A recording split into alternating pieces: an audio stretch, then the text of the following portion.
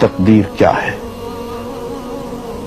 اگر سب کچھ پہلے سے ہی لکھا لکھایا ہے تو ہم اپنے اعمال کے ذمہ دار کس طرح ہوئے؟ پھر اعمال کی جزا و سزا کیسی؟ پھر جنت و دوزخ کے کیا معنی؟ وضاحت فرمائے۔ بھئی سچی بات یہ ہے کہ اس سوال نے ایک عرصے تک مجھے بھی ستائے رکھا، اور میں سوچتا رہا کہ اگر واقعی اللہ تعالیٰ نے پہلے سے ہی سب کچھ لکھ دیا ہے کہ میں اتنے بج کر اتنے منٹ میں بیٹھ کے یہاں پہ ایک لیکچر دوں گا، یہ تقریر کروں گا، اتنے بج کر اتنے منٹ میں نماز پڑھوں گا، اتنے بج کے اتنے منٹ میں فلاں کو گالی دوں گا، فلاں کو تھپڑ ماروں گا، یہ پہلے سے ایک میرا شیڈول مرتب ہے اللہ کے ہاں، لکھا لکھایا پروگرام چھپا چھپایا موجود ہے، میرے کا قصور؟ تو لکھنے والے کا قصور ہے؟ بات تو خطرناک ہے نا، بات تو خطرناک ہے نا۔ تقدیر کیا ہے؟ عربی میں اس کے لیے ایک لفظ لکھا جاتا ہے دینی کتابوں میں، علم اللہ السابق،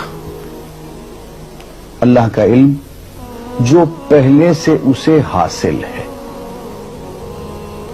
اللہ کو معلوم ہے کہ آج میں اتنے بج کر اتنے منٹ پہ اپنی مرضی سے، اپنے ارادے سے، اپنی آزادی فکر اور آزادی عمل پہ، عمل سے کام لیتے ہوئے یہ کام کروں گا۔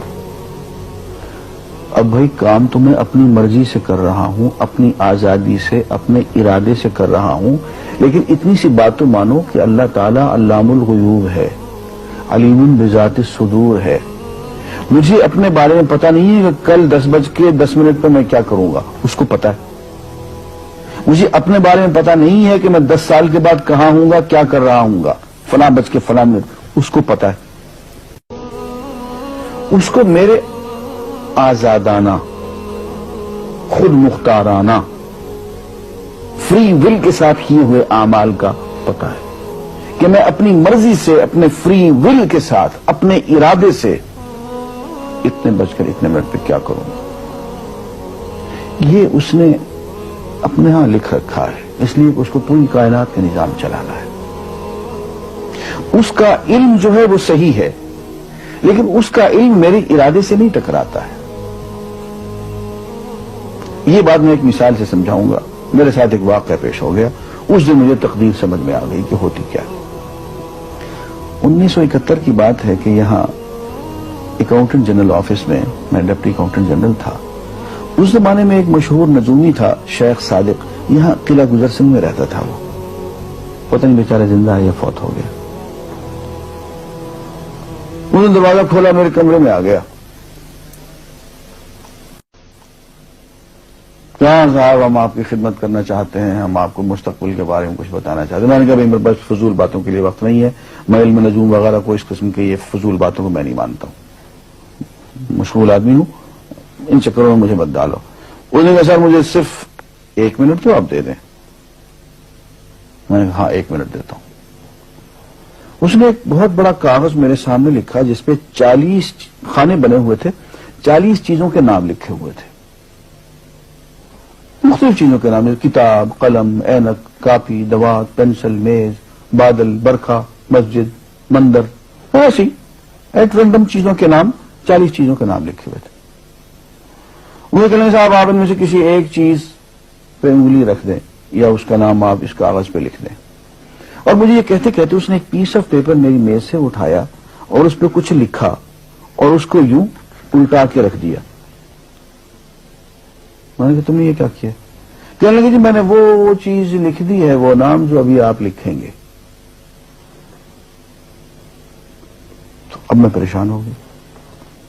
تماشا کی بات ہے نا کہ جو چیز میں سوچ سوچ کے اپنے ارادے سے، اپنی مرضی سے ابھی لکھوں گا، اس نے پہلے جو لکھ کے وہاں رکھ چھوڑ دیے میرے سامنے۔ اب میں سوچ میں پڑ گیا کہ یار وہ چیز لکھوں جو اس نے نہ لکھی ہو۔ کبھی میں اس کا ارادہ کروں، کبھی اس کا ارادہ کروں، میں تنگ آ کے آخر میں نے کسی ایک چیز کو لکھ دیا کہ میری یہ ہے۔ اس نے جب وہ الٹایا تو وہ وہی چیز نکلی۔ اب پتہ نہیں یہ کیا چکر تھا اس کا، خدا ہی جانے۔ کوئی اس کا علم ہوگا، کوئی فن ہوگا، کوئی تک بازی ہوگی، تک بندی ہوگی کوئی. لیکن اس دن مجھے پتا چلا کہ یار اس کو جو کچھ میں نے لکھا ہے اپنے ارادے سے لکھا ہے، اپنی مرضی سے لکھا ہے، اس سے پابند ہو کے نہیں لکھا. کبھی اس میں انگلی لگاتا تھا، کبھی اس پہ، کبھی اس پہ، آخر چن کے ایک لکھا میں نے. لیکن اس کمبخت کو پہلے سے پتا تھا کہ میں کیا لکھنے والا ہوں، اور اس نے پہلے سے وہاں لکھ کے رکھا ہوا تھا. میں نے کہا یار ایک محدود علم والا آدمی میرے آئندہ کے اعمال کو اپنے ہاں لکھ کے رکھ سکتا ہے. چن کے وہ عمل میں اپنی مرضی سے کر رہا ہوں، اپنے ارادے سے کر رہا ہوں، کوئی مجبوری نہیں ہے اس میں. لیکن وہ میری مرضی والا عمل، میرے اپنے ارادے سے کیا ہوا عمل، پوری آزادی کے ساتھ کیا ہوا عمل، اس نے پہلے سے اپنے یہاں لکھ کے رکھا ہوا. یار اگر یہ انسان کر سکتا ہے تو رحمان کیوں نہیں کر سکتا؟ اس نے میرے سارے اعمال جو میں آئندہ چل کے کرنے والا ہوں، وہ سارے کے سارے اعمال اس نے اپنے یہاں لکھ کے رکھے ہوئے. اس کو انتظام کرنا ہے، میرے رزق کا انتظام بھی کرنا ہے، آگے میری زندگی، میری موت، میری قبر میں اکوموڈیشن کا پتہ نہیں کہاں کا میرے اس نے انتظامات کرنے ہیں. تو میرے بارے میں اس نے سارا کا ڈیٹا کلیکٹ کر کے رکھا ہوا ہے اپنی انفارمیشن کے لیے کہ یہ اپنی مرضی سے کیا کیا کچھ کرے گا. تو اس کے لکھے ہوئے ہونے سے میری مرضی ختم نہیں ہوتی، میری ذمہ داری ختم نہیں ہوتی، میرا ارادہ، میری فری ول ختم نہیں ہوتی. یہی وجہ ہے کہ ہم جو اعمال کرتے ہیں اس میں سے اللہ تعالیٰ اس کی کچھ ذمہ داری ہم پہ ضرور ہوتی ہے. کچھ کام اللہ تعالیٰ کا ایک نظام ہے، اس میں شاید ہماری ذمہ داری نہ ہو، وہاں جبر ہو. لیکن کچھ اعمال ایسے ہیں جن میں خالصتاً ہمیں آزادی حاصل ہے، ہمیں اختیار حاصل ہے، ہم ان کے ذمہ دار ہیں، ہمیں ان پہ جزا ملے گی، ہمیں ان پہ سزا ملے گی، اللہ تعالیٰ بچائے. اور جزا ملے گی تو جنت ہوگی، سزا ملے گی تو دوزخ ہوگی. لیکن آزادی عمل اور ارادہ ضرور ہے.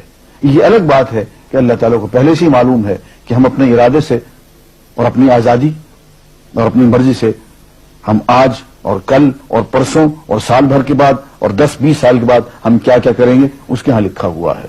وَعِندَهُ عِلْمُ الْكِتَابِ، اس کے ہاں وہ سب کچھ لکھا ہوا ہے. لیکن ہم جو کرتے ہیں اپنے ارادے سے کرتے ہیں اور اس کے ذمہ دار ہیں. وآخر دعوانا الحمدللہ رب العالمین.